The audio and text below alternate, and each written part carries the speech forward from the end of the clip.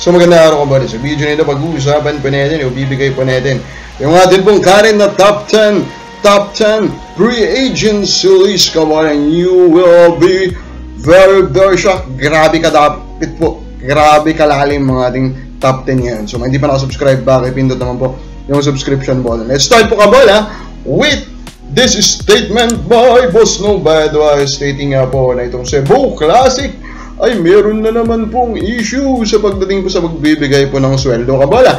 And of course, ito na yung palaging issue po sa MPBL, no kabola, paulit-ulit na to eh. Madaming teams yung nagkakaproblema. And for me, it's a combination of having a lot of teams na hindi nababantayan actually ng management ng MPBL, yung capacity nila to pay salary. And of course, having people kabola na may pagkaloko-loko din talaga.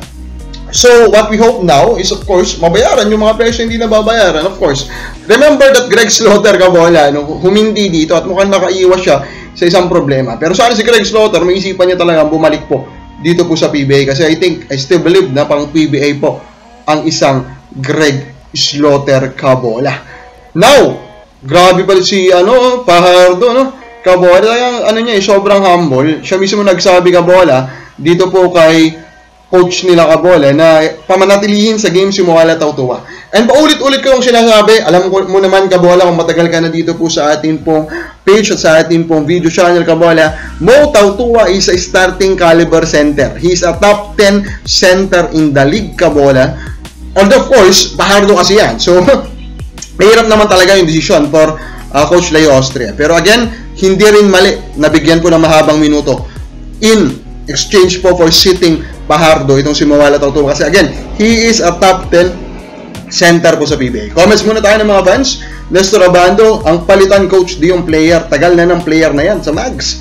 Sabi niya, kabola. Ang kaapelyido mo kaya po na amateur player, mapupunta kaya sa Mags? Roger De Guilla, malabo yan, na-trade si Baroka.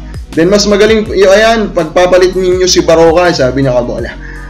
And now, ito na yung top list 10 list natin ng free agent kabola. Number 10 ko, Kyle Brian Cruz. So, bakit number 10 si Kyle Brian Cruz? Ito, napatunayan na po niya yung sarili niya sa PBA. Naglalaro po siya doon. And currently in the MPBL, he is currently one, if not the best, 3-and-D forward po sa MPBL. And he is still, for me, an above average 3-and-D forward po sa PBA. So, he deserve a rooster spot dito po sa PBA. Number 9 natin, Yusef Taha. Taha, medyo hindi po masyadong nabibigyan pa ng minuto sa PBA, pero this guy can pass. This guy is 6'7", 6'8", so he can defend the other giants of the other league. So this guy deserves a spot dito po sa PBA. Number 8 natin, Art De La Cruz. Again, Art De La Cruz, kabola, is having a very good season right now sa MPBL. Mukhang lalaban siya for the MVP, leading Isabela kabola. This guy is filling up the stat sheet.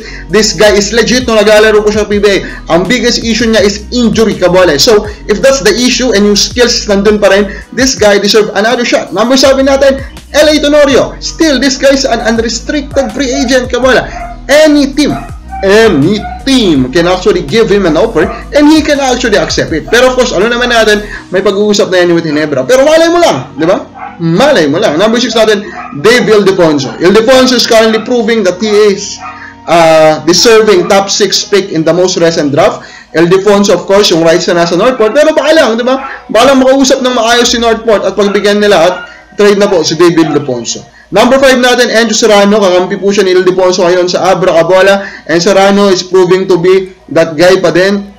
He can score, he's very athletic. So he's also fine on the defensive end. So number 5 natin, Serrano. Number 4 natin, yung binanggit natin kanina, Greg Slaughter kabola. Again, sobrang mahirap humanap po ng 7-footer na pwede maglaro po sa PBA. Actually, siya lang po yung 7-footer ngayon na eligible po na maglaro po sa PBA. So, kaya nyo lang kunin si Greg Slaughter, kabola, out of Northport, kabola. Number 3 natin, Mikey Williams, kabola. Restricted free agent? Yes, pero baka pwedeng kausapin ng TNT to get him. Yun nga lang, medyo matanda na po ito, hindi tayo sure kung yung level of play na kabola is still a top 15 PBA player, pero alam natin, he led the TNT to 2 championships. So this guy is legit. Number 2 natin, Stan Hardinger is also a restricted free agent. Currently, yung rights na po, nasa Terra Firma kabola. So now, you're a top 3 center in the league. Top 3 center in the league will change the outcome po for any team. So, any team should try to get him. Number 1 natin to, bagong-bago, Ray Parks. Kasi lumabas na po yung rumor, kabala, that the possibility of him returning in the PBA is legit. Restricted free agent siya. Currently, yung rights niya po nasa TNT. Pero yun nga, malapit na itong magpakasal, kabala, unless yung kanya pong kasintahan ay pumunta po sa Japan, di magkakaroon sila ng long distance. Pero malamang, kabola, knowing na mas gugustuhin ni Parks, kabola, na manatili sa bansa. So, the chances of him accepting a deal is theirs. So, yung mga pals, palagay mo, sino ang top 1 mo? Comment na po. So, ba?